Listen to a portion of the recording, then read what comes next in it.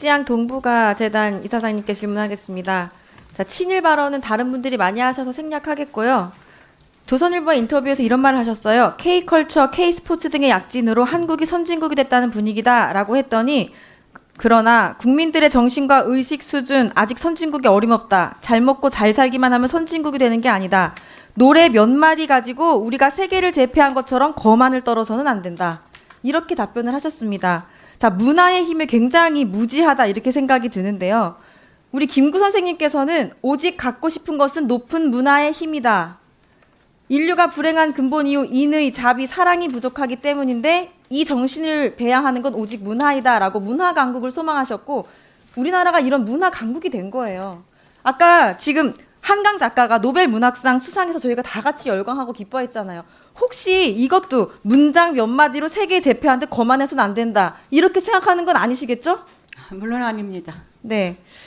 자, 또 이런 말씀도 하셨어요. 국민에게 영감을 준 지도자 찾아보면 아마도 박정희 대통령이 가장 근접한 것 같다. 그리고 1940년대 영국보다 우리가 현재 2023년도에 우리나라가 못하다고 하셨는데 아까 애국심 때문이라 하셨죠. 그러면 우리나라 국민들이 박정희 대통령을 뭐 가장 사랑하지 않기 때문에 애국심이 없다고 하는 겁니까? 도대체가 전 이해할 수가 없어요. 이런 말도 하셨어요. 김대중, 노무현 등 우리나라 대통령들은 여러 이유에서 거짓말을 밥 먹듯이 했다.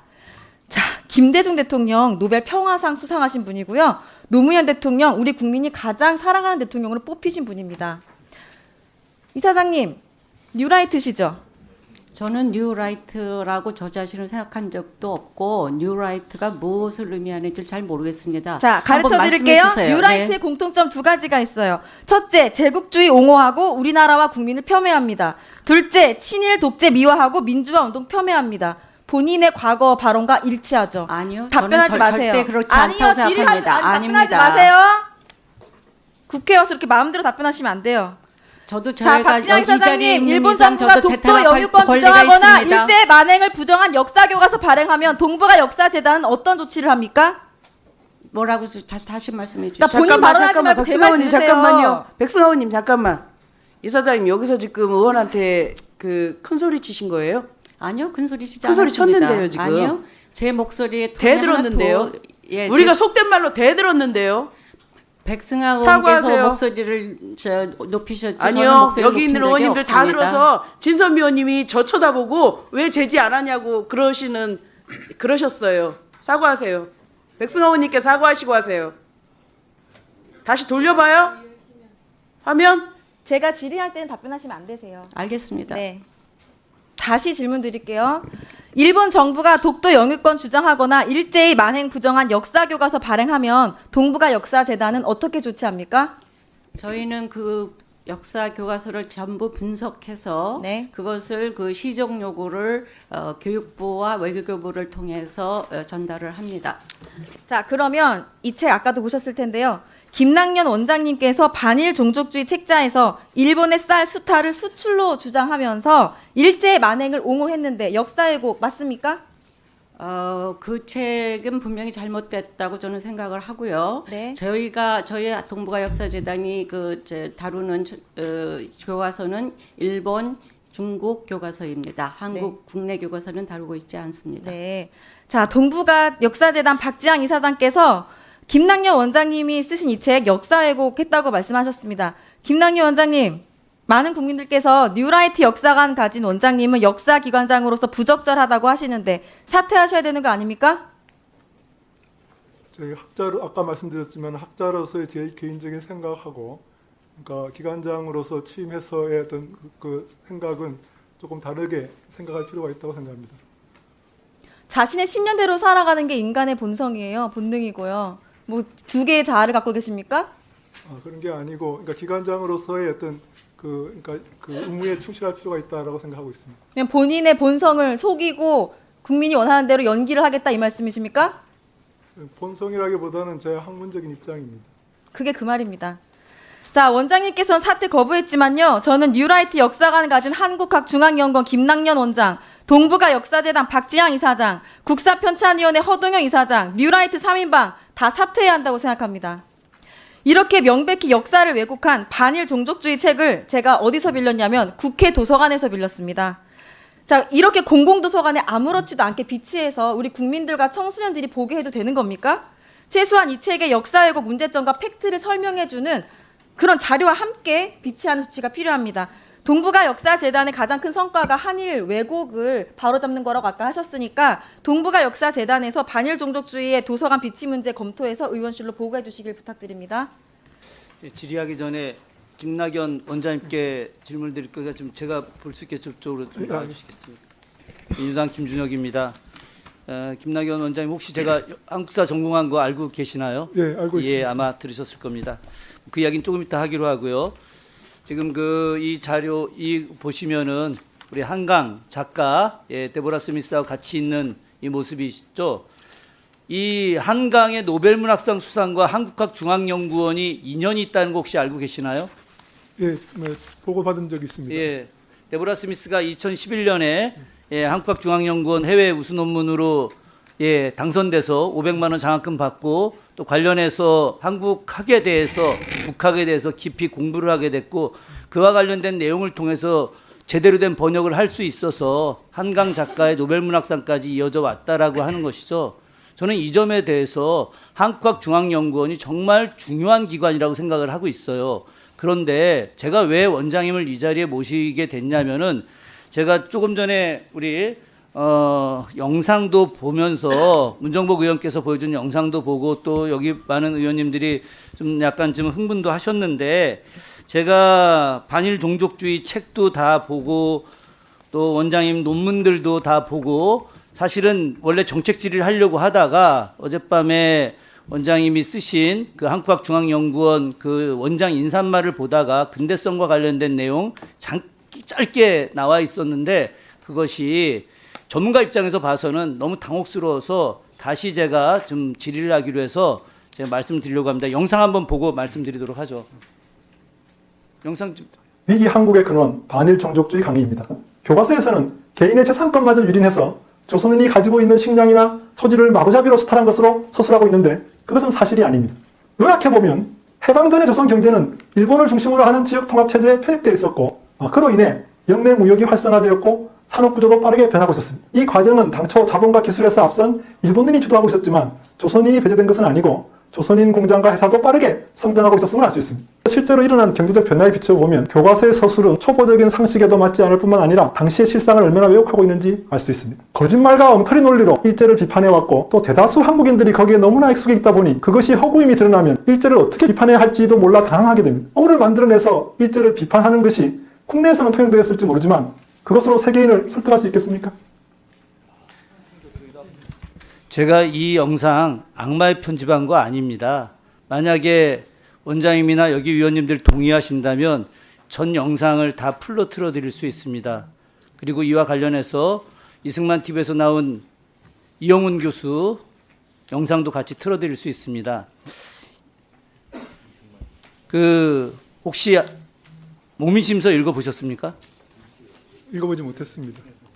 그래도 한국학중앙연구원장님 하실 정도면 국학의 가장 중심인 목민심서는 읽어보셨어야 되는데 목민심서 서문에 뭐라고 써있느냐, 수령으로 나갈 자, 공직으로 나가려고 하는 자는 내가 나가고 싶어서 나가는 것이 아니라 모든 백성이 나가라고 할 때 나가야 된다, 이렇게 서문에 써 있습니다. 이게 바로 공직자의 삼가함에 대한 이야기입니다. 그런 면에서 원장님께서 이 부분에 대해서는 매우 정말 잘못된 판단을 하셨다고 생각합니다. 그래서 제가 말씀드립니다. 조금 전에 영상에 나왔듯이 일본과 관련된 근대사 기술에서 우리가 지금 해방 이후에 한국 역사 교과서에 대한 기술이라든가 역사 근대사 논문이나 기술들이 잘못된 것입니까? 예, 그거는 제가 그러니까 경제사학자로서 그러니까 경제 부분에 대한 서술에 대해서 몇 가지 문제점을 지적한 것입니다. 그런데 지금 제가 아까도 그러니까 제 발언 때문에 그러니까 위원님들 불편하게 만드신 것이 있다고 한다면 제가 사과를 드립니다. 왜냐하면 저는 그러니까 학자로서의 제 생각이 과거에 있었던 걸로 좀 나타나고 있는데, 그러니까 그 연구원의 그러니까 그 원장으로서 공직에 취임할 때는 그러니까 학자로서의 생각 이외에도 그러니까 다른 여러 분들의 또 국민들의 민족 감정도까지 감안해서 그러니까 연구원을 그러니까 그 어떤 특정한 이념이나 어떤 사관에 그러니까 치우치지 않고 공정하게 운영해야 된다고 생각을 하고 있습니다. 자, 그러면 뭐 시간이 없으니까 짧게 여쭤보겠습니다. 이번에 사도광산 세계유산 등재와 관련해서 그 부분에 대해서 어떤 생각을 하고 계십니까? 제가 그 부분을 뭐 충분히 팔로우한 건 아니지만, 그러니까 한국인이 강제로 거기에 동원됐다라고 하는 사실은 우리가 요구하듯이 명기돼야 할 그러니까 점이라고 생각합니다. 그런데 이 책에 보면 우리 원장님하고 같이 저술한 이우연 교수는 강제 동원 말도 안 되는 거짓말이다 이렇게 써놨습니다. 알고 계시죠? 예, 알고 있습니다. 그거에 대해서는 어떻게 생각하십니까? 잘못된 생각이라고 생각하십니까? 그러니까 지금 그러니까 잘못된 점이 있다고 생각합니다. 예. 위안부는 매춘이었다. 이용훈 교수 그렇게 이야기하고 있는데 그건 그 생각은 어떠십니까? 그러니까 위안부의 어떤 그 위안소의 운영이라든지, 그러니까 거기에서는 일본 군이 직접 관여가 돼 있고요. 따라서 일본 정부가 거기에 책임이 있다라고 하는 점라고 생각합니다. 그 점에서는 그러니까, 비판을 면할 수 없다고 생각합니다. 예. 지금 원장님의 논리대로 치면은 일본이 조선을 수탈한 것도 아니고 거의 동등한 지위를 갖고 있었기 때문에 실제로 승전국도 식민지도 아니었기 때문에 강제 동원과 관련된 어떠한 보상을 할 수도 없다라는 논리인데 그것에 대해서 지금도 그렇게 판단하고 계십니까? 그러니까 그러니까 일단 그 일제 시기에 그러니까 조선인들은 일본인과 동등하게 취급되지는 않았습니다. 예, 그럼에도 불구하고 여러 글들이 그렇게 되어 있고 그래서 제가 사도광산이라든가 군함도라든가 이런 데 대해서 제가 여쭤본 것입니다. 지금 윤석열 정부가 미쓰비시에서 보상받아야 될 내용에 대해서 대의변제라고 하는 내용을 하고 있는데 이런 것 자체가 잘못된 거 아니겠나요? 그죠? 대답하기 곤란하신가요?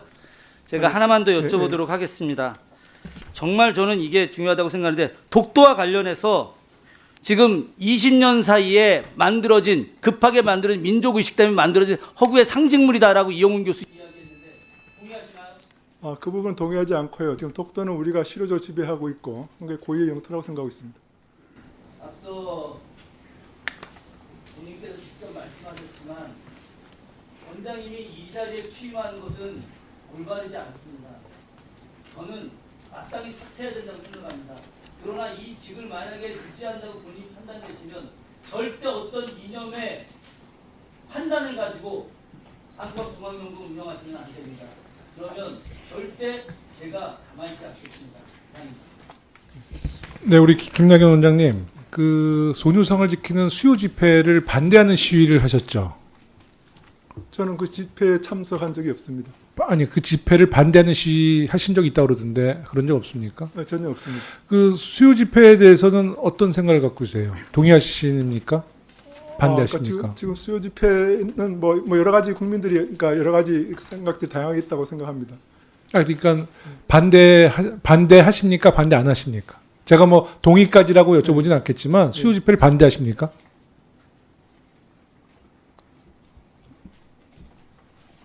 그 답변이 이렇게 어려워요?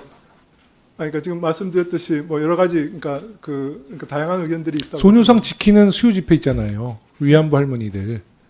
그 집회를 제가 동의하냐고까지는 안 여쭤보는데 반대하시냐고요.